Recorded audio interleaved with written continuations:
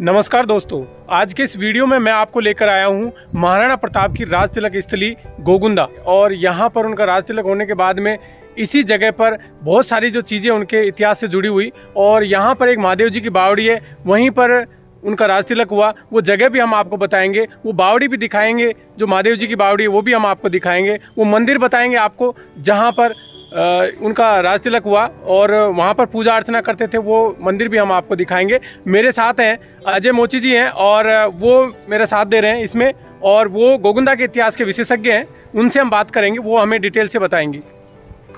सभी को मेरा नमस्कार। मैं अजय मोची फिर से आपके साथ आया हूँ गोगुंदा से जुड़े इतिहास के बारे में जानकारी देने के लिए। आपको उम्मीद है हमारे जो पुराने वीडियोस आपको अच्छे लगे होंगे। और आज जो हम बात कर रहे हैं ऐसे नाम के बारे में बात कर रहे हैं जो कि पूरे विश्व में प्रसिद्ध है, न केवल राजस्थान, न केवल मेवाड़, न केवल भारत, पूरे विश्व में प्रसिद्ध है। और वो नाम है महाराणा प्रताप का।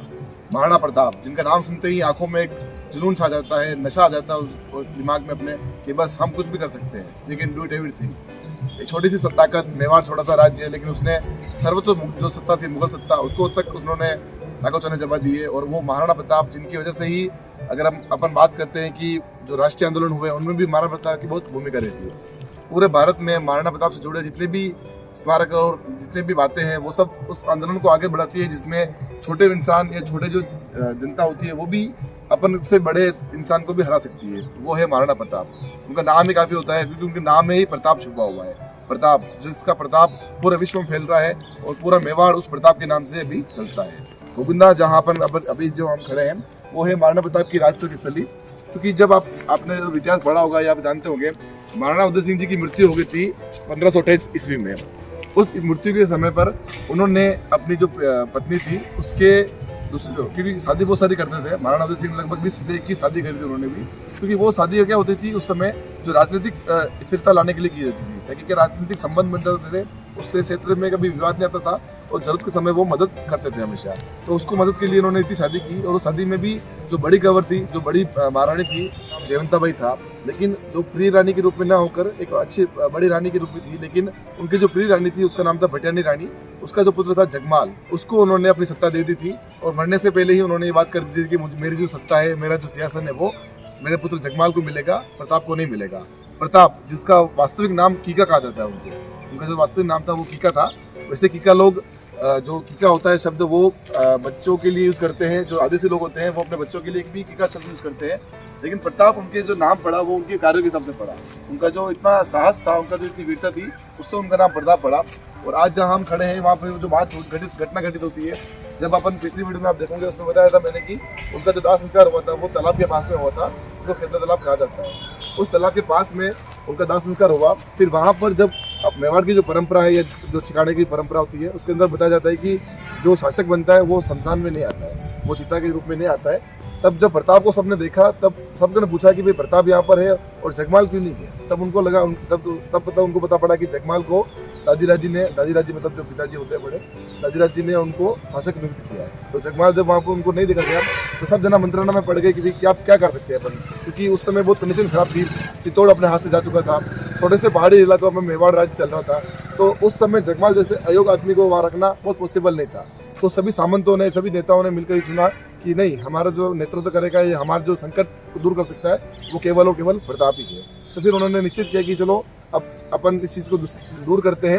और सामंतों के बिना मेवाड़ का सिंहासन कुछ नहीं है। क्योंकि मेवाड़ के अगर मैं आपको राजनीतिक रूप से बताता हूँ तो 4 प्रमुख स्तंभ माने जाते हैं। तो सिंहासन है, उसके 4 प्रमुख पाए हैं। उस पाए में सबसे पहले जो शासक होता है, द्वितीय जो वर्ग है वो सामंत वर्ग होता है, तृतीय उनकी सेना या जनता जो होती है, जिसे भील जनजाति है, जो जनता है, मेवाड़ जनता है, वो आती है।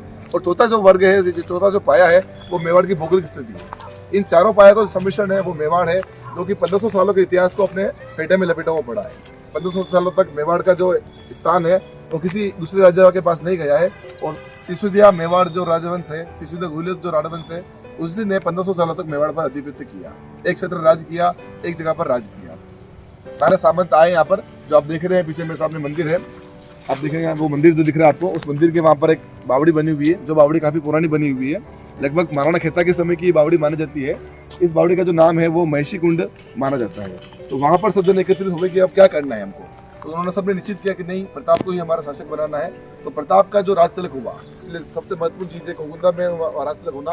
और 28 फरवरी 1572 को उनकी मृत्यु हो गई थी महाराणा प्रताप सिंह जी की। उस दिन होली थी और होली के दिन ही फिर उनको कहा गया कि नहीं, गद्दी एक दिन भी खाली नहीं रहनी चाहिए। इसलिए क्या करते हैं, वो सब यहाँ आते हैं और यहाँ आके प्रताप का राज तिलक करते हैं और प्रताप को अपना महाराणा बनाते हैं। फिर वो जाते हैं महल में, गोगुंदा महल में, जहाँ जगमाल बैठे होते हैं कुर्सी पर। फिर सामंतगण जो होते हैं, कृष्णदास वगैरह चुंडावत जी, वो उनके हाथ पकड़ के जगमाल को बाहर उतारते हैं और कहते हैं कि आपकी जगह कुर्सी पे ना होकर उनके सामने है। तो महल कौन सा, ये गोगुंदा वाला महल था या फिर गोगुंदा का जो महल है जिसको रावला कहा जाता है, वर्तमान में वो गोगुंदा पैलेस बन चुका है, सिटी होटल के रूप में कन्वर्ट हो चुका है। तो वही जो महल था वही माना जाता है उनका। फिर यहाँ पर जब उनको गद्दी पे बैठाया गया, उसके बाद एक जो चीज होती है वो होती है राज्याभिषेक पद्धति के रूप से होती है, जहाँ उनका राज्याभिषेक होता है। तो वो राज्याभिषेक उनका हुआ था कुंभलगढ़ में हुआ था, मेन जो बाद में। बिल्कुल, राज तिलक करना अलग चीज होती है और राज्याभिषेक करना बहुत अलग चीज होती है। उसमें सारे उत्सव के रूप में काम होते हैं, विधि विधान से काम होते हैं, पंडित बुलाते जाते हैं, सारे जो सामंत होते हैं, सारे जो पड़ोसी देश होते हैं या राज्य होते हैं, उनको बुलाया जाता है ताकि वो उनकी अधीनता स्वीकार करे या उनके साथ में अच्छा व्यवहार करे। तो राज तिलक यहाँ हुआ और उस राज तिलक को जगमाल को भी मानना पड़ा। फिर जगमाल यहाँ से नाराज होकर सीधा अकबर के पास चला गया। मेवाड़ के जो मैंने आपको बताया थे 4 स्तंभ जो है, मेवाड़ के जो सियासत उसके 4 पाए हैं, उनमें सबसे महत्वपूर्ण जो पाया था वो मतलब महत्वपूर्ण नहीं कह सकते, चारों पाए कंप्लीट होने चाहिए। तो एक जो पाया मैंने बताया था कि वो था जो मेवाड़ की जनता है, उस जनता में जो सबसे महत्वपूर्ण हाथ है वो इनका है, राणा पुंजा। आप जानते हैं इनके बारे में, सोलंकी राजवंश के थे राणा पुंजा। लेकिन ये जो ट्राइबल इलाका है ओंगना पांडरवा, उनके इलाके में रहने के कारण इनको भील जो जनजाति थी वो अपना राजा मानती थी, उनको अपना राणा का पदवी दी गई थी। महाराणा उदय सिंह ने ही इनके परिवार को राणा की उपाधि दी थी।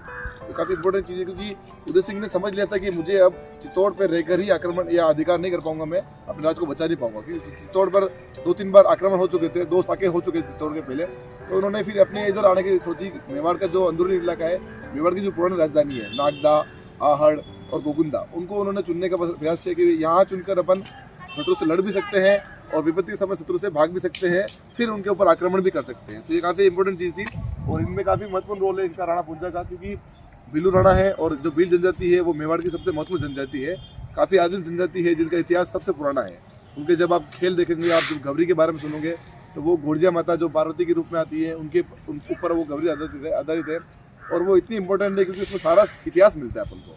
जब भी आप गौरी देखेंगे उसमें पूरा इतिहास मिलेगा कि शिव से शुरू होता है, वो भस्मासुर जो होता है उससे शुरू होता है, उससे लेकर जो भी उनके कालक्रम में जो भी चीज़ें आती है वो उसको नोट करते हैं, दिमाग में रखते हैं और उनको आगे बढ़ाते रहते हैं। तो काफ़ी इंपॉर्टेंट रोल है यहाँ पर। आप देख सकते हैं गार्डन बहुत अच्छा विकसित है, टूरिज्म के हिसाब से भी काफ़ी अच्छा है यहाँ पर और ये धीरे धीरे डेवलप होने वाला है। और नेचुरल जो व्यू है वो काफ़ी अच्छा व्यू है। गवर्नमेंट की तरफ से यहाँ पर पार्क भी बनाया गया है ताकि एक्सरसाइज भी लोग कर सके। काफ़ी इंपॉर्टेंट यहाँ पर चीज़ बनी हुई है।